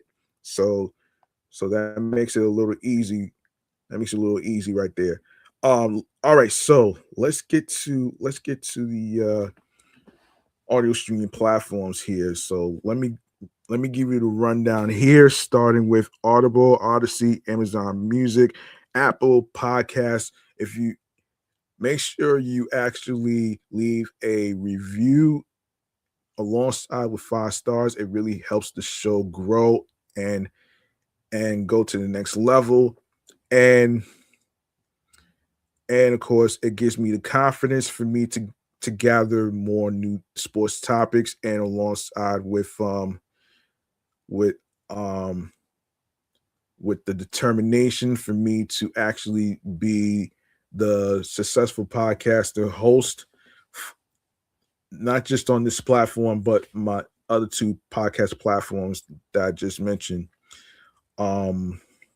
So yeah, there you go. So the sports podcast is also on Castbox FM, Deezer, Listen Notes, Moon FM podcast, Overall FM podcast, Pandora, Player FM, Pocket Cast, Podopolo, Podorama podcast, Index podcast Addict, Podchaser, Podverse, Podcast Guru, alongside with Podcatcher, Podcast Republic, Snipped.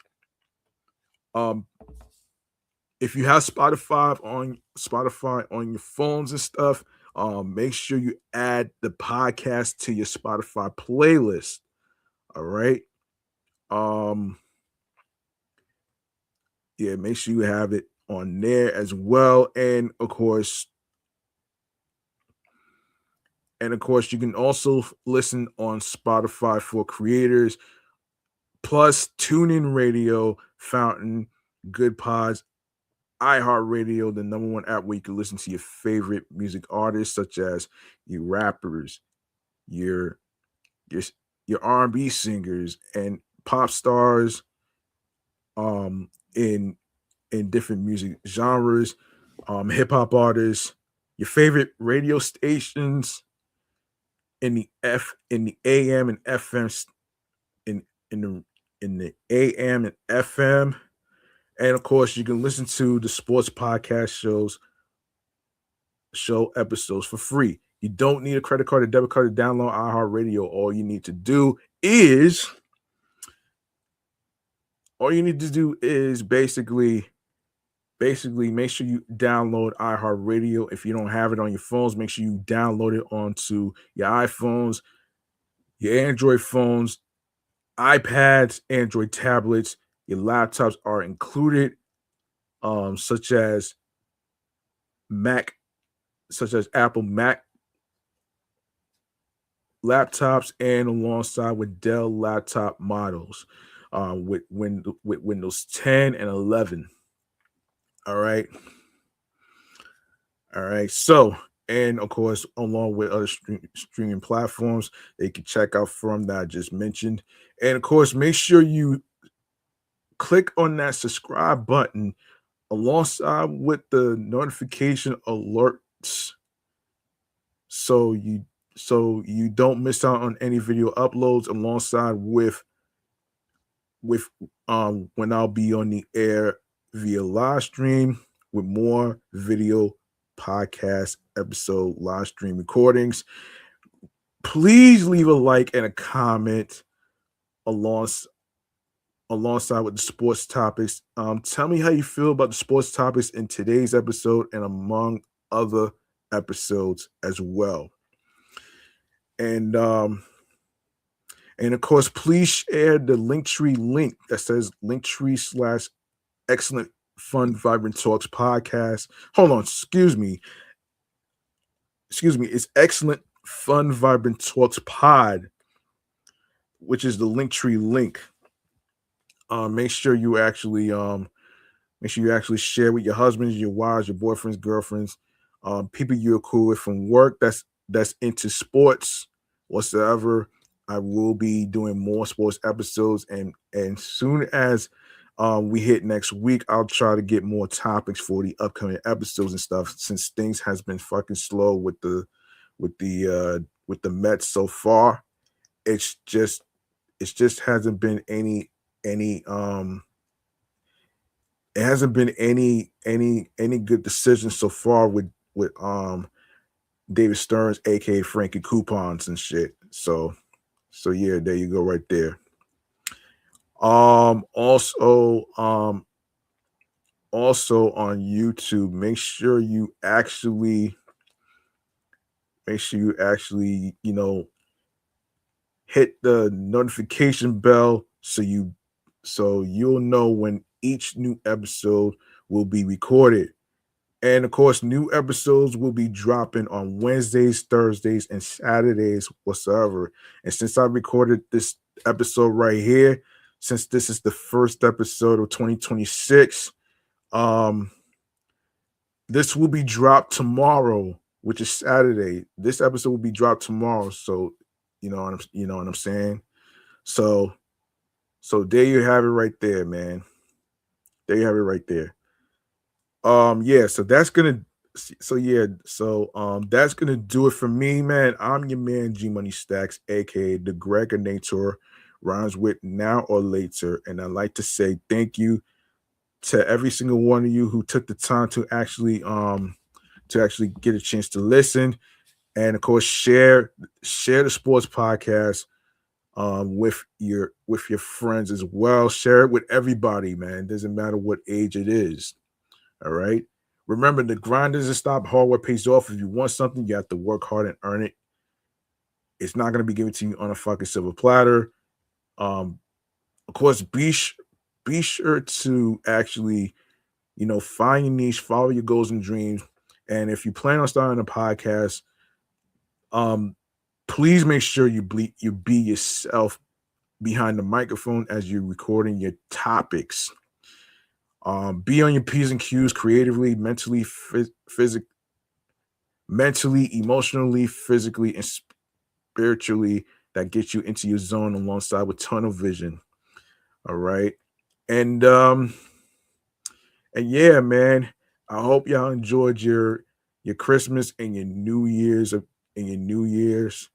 Of course, happy 2026 to everybody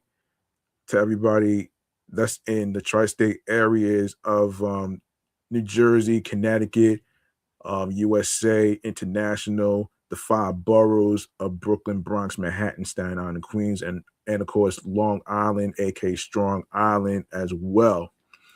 All right.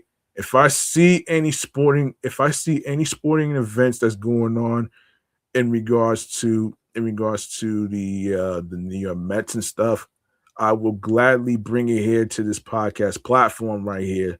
I do know that there is some type of event. I'll circle back on what the event is. So I got y'all with that one right there. And stay tuned for new topics in the next episode. All right. I'm about to be out of here. Signing off. Also, let me mention this though. If you're looking for more sports and stuff, make sure you tune into New York Nightcap, which is weeknights at 11 p.m. That features Simone Eli and alongside with former Mets pitcher Nelson Figueroa, aka Figgy. All right.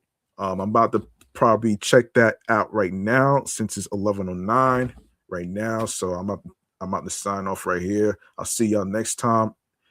I'll see y'all next time on the flip side with more topics, more sports topics, and see how's it going with the off season of the New York Mets, the New York Knicks. I'll try to cover the Brooklyn Nets as possible, but they're barely in the news whatsoever. So there you have it right there.